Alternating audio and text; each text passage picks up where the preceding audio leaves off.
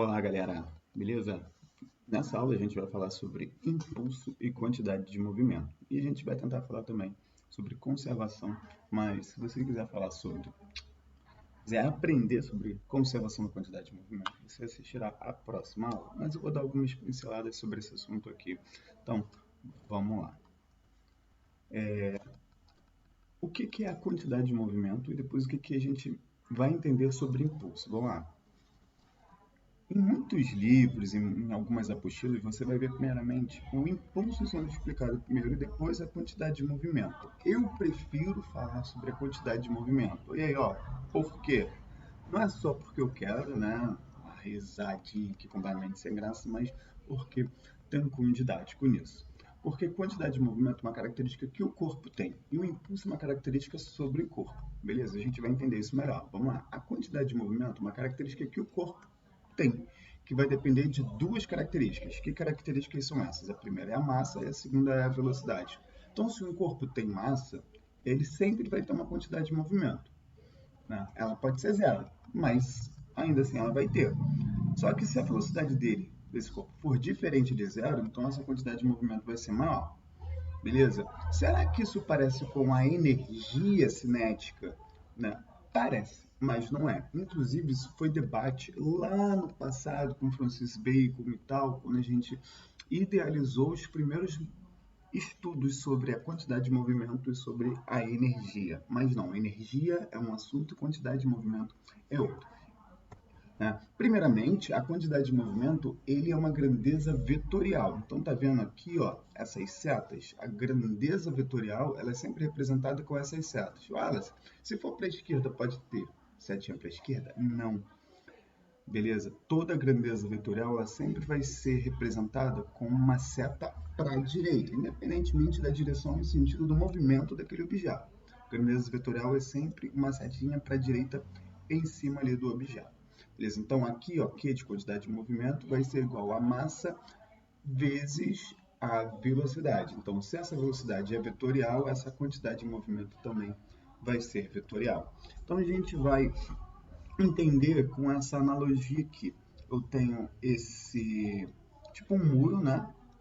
E aqui eu tenho dois objetos. Eu tenho um objeto leve, quando ele colide sobre aquele objeto ali, sobre aquela porta, sobre aquela trave, ela quase não gira, né? Ela quase não se movimenta.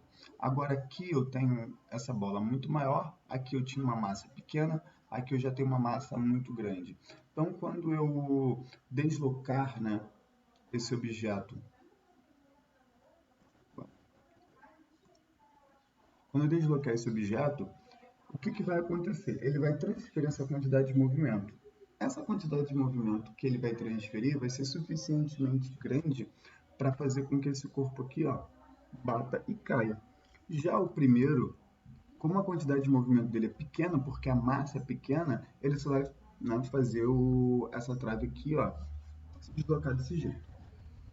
Pegou a visão? Pegou a referência? Então, quanto menor a massa, menor vai ser essa quantidade de movimento. Numa colisão, menor vai ser a transferência da quantidade de movimento, porque ele tem pouca. Pegou a visão?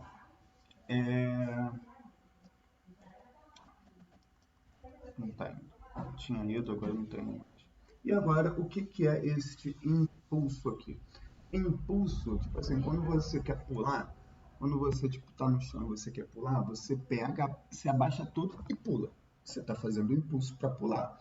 Quando você, sei lá, tá naquela vai, sei lá, jogar beisebol ou você vai chutar a bola num jogo de futebol, você sempre pega um impulso. Por quê? Impulso é a capacidade de aplicar força e, consequentemente, alterar o estado de movimento do corpo do corpo que você está aplicando a força.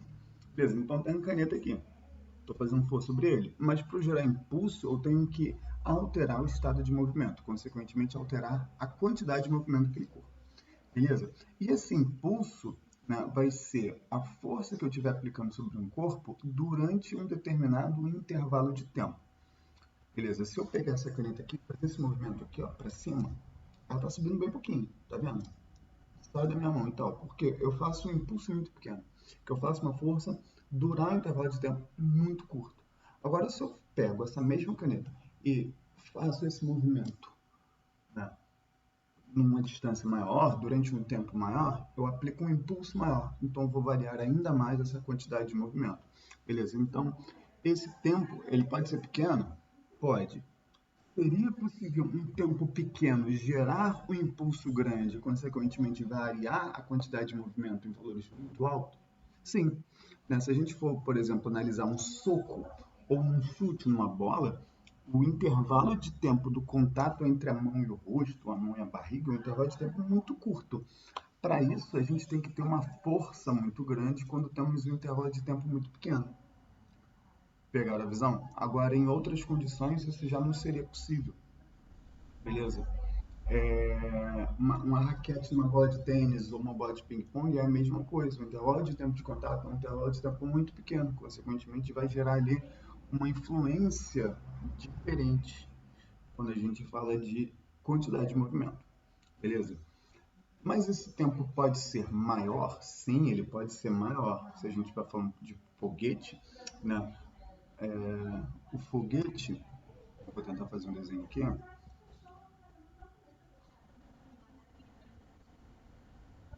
Não zoem, por favor, você de casa, o meu desenho de foguete foi feito às pressas, beleza? Mas vamos lá, não sei se você sabe, mas existem sustentações aqui no foguete. Essas sustentações, elas duram um intervalo de tempo relativamente grande. Não sei se você já percebeu, mas existe uma contagem, um countdown, quando vão fazer os lançamentos. 6, 5, 4, 3, 2, 1. Né? Para em algum determinado momento, quando eles percebem que o impulso, né, o vetor impulso para cima sobre esses foguetes já são muito altos. Mas no 10, eles não esperam chegar no 0, no 1 para começar a fazer a ejeção de gases. Né? Esses gases aqui eles já começam a ser ejetados muito antes do que do zero. Né? Você não espera chegar no zero para começar a ejetar. Por quê? Quanto mais gases aqui, né, vão sendo expelidos, mais empuxo, né, mais vetor empuxo vai sendo adicionado aqui sobre esse foguete para ele ser disparado para cima. Então, quando eles sentem que, né, sei lá, às vezes chegou no 6 aqui, né? Nossa, que 6 feio, né?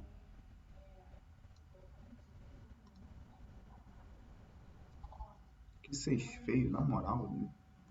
Desculpa aí você que está me acompanhando. Né? Agora tá melhor. Às vezes eles lançam no 6, no 5 e tal, né? Porque já tem uma estabilidade, já tem um vetor de impulso suficiente para eles partirem em direção vertical. Né? Então, o impulso pega a visão. Eu vou aplicar uma mesma força aqui em cima e aqui embaixo sobre o mesmo corpo. Só que essa força vai ter duração de tempo diferente. Então, vou ter dois tempos, um diferente do outro. Então, vamos lá. O primeiro, a força foi aplicada até o final. A segunda, essa força foi aplicada num intervalo de tempo muito pequeno. Então, significa, né, vamos voltar, uma força que parou aqui e a outra força parou lá. Porque quanto mais contato tiver o agente de força com o objeto que está recebendo a força, maior vai ser o impulso, maior vai ser essa variação da quantidade de movimento. Beleza? Então agora aqui a gente vai relacionar, né, isso conceitualmente que a gente falou, numa forma. O impulso também é uma grandeza vetorial. Também tem direção, também tem sentido, também tem magnitude. Esse impulso é o produto da força pelo intervalo de tempo. Beleza? Será que tem erro ali? Não, não tem. Não tem erro. Né? Por que não tem erro? Né? Se você pensou inicialmente que aqui não deveria ter essa seta representando a grandeza vetorial, você estava errado. Impulso é uma grandeza vetorial. E agora a gente vai ver justamente a relação de causa e consequência aqui. O que é a variação da quantidade de movimento? Se eu tenho quantidade de movimento e se eu tenho a capacidade de variar a velocidade, eu também tenho a capacidade de variar a quantidade de movimento desse objeto. Beleza? Então, se eu tenho... Vamos lá. Você quer apertar duas vezes. Vamos lá. Você não está vendo bola, a bola vem, né, do infinito, chega nesse ponto com uma quantidade de movimento inicial. e chega nesse ponto aqui com uma quantidade de movimento final, que se a velocidade aqui é zero, né, a quantidade de movimento nesse ponto também é zero. Então aqui é diferente de zero, aqui é zero, então houve uma variação. Se houve uma variação, é porque houve algum agente externo que fez essa quantidade de movimento variar. Pensa comigo. Se tem variação de velocidade, essa variação de velocidade é causada por uma aceleração. Então, se eu consequentemente tenho uma variação da quantidade de movimento, quem é que vai proporcionar isso? Uma força. Perfeito? Então, vamos lá. Essa variação da quantidade de movimento depende da massa e da variação de velocidade. Beleza? E aí a gente entra no assunto que é a conservação da quantidade de movimento. Beleza? Que é o impulso é igual a massa vezes a aceleração vezes o intervalo de tempo que essa aceleração aqui está durando. Note, impulso e aceleração aqui, massa escalar, tempo escalar. Vamos lá. Fazendo aqui a brincadeira, como é que eu posso dizer, algébrica, para a gente entender as razões aqui. Aceleração vezes intervalo de tempo, variação de velocidade. Então, se variação de velocidade vezes a massa é igual a variação da quantidade de movimento, e a gente acabou de comprovar que isso daqui também é igual a um impulso, a gente consegue perceber que o impulso gera uma variação da quantidade de movimento. E se por acaso essa força for zero, né, impulso é força vezes o tempo. Se força é zero, força que é zero vezes o tempo vai dar um impulso zero. Então, se o impulso é zero, a gente tem uma variação da quantidade de movimento também zero. Logo, se a variação da quantidade de movimento é zero, o que vai acontecer? A quantidade de movimento inicial é igual à quantidade de movimento final. Beleza? Não havendo nenhuma força sobre o corpo, a quantidade de movimento inicial e a quantidade de movimento final será exatamente igual. Beleza? Quando a gente analisa essa conservação, né, a gente basicamente gera algumas consequências, vamos dizer assim. Não gera consequências, mas a gente tem consequências. Que consequências são essas? A gente consegue separar isso em colisões, né, elásticas, colisões parcialmente elásticas, colisões plásticas e tal. Isso a gente vai ver em uma outra aula. Beleza? Por exemplo, explosões também que a gente vai ver numa próxima aula. No mais, eu agradeço a presença de vocês. Até logo. Não deixe de me seguir. Comente o que você achou da aula, né? Se tem algum assunto que você queira aprender, se tem algum assunto que você esteja estudando para prova, vestibular e tal. Comenta aí no vídeo, né, que eu vou adorar ajudar você. Um abraço e até a próxima.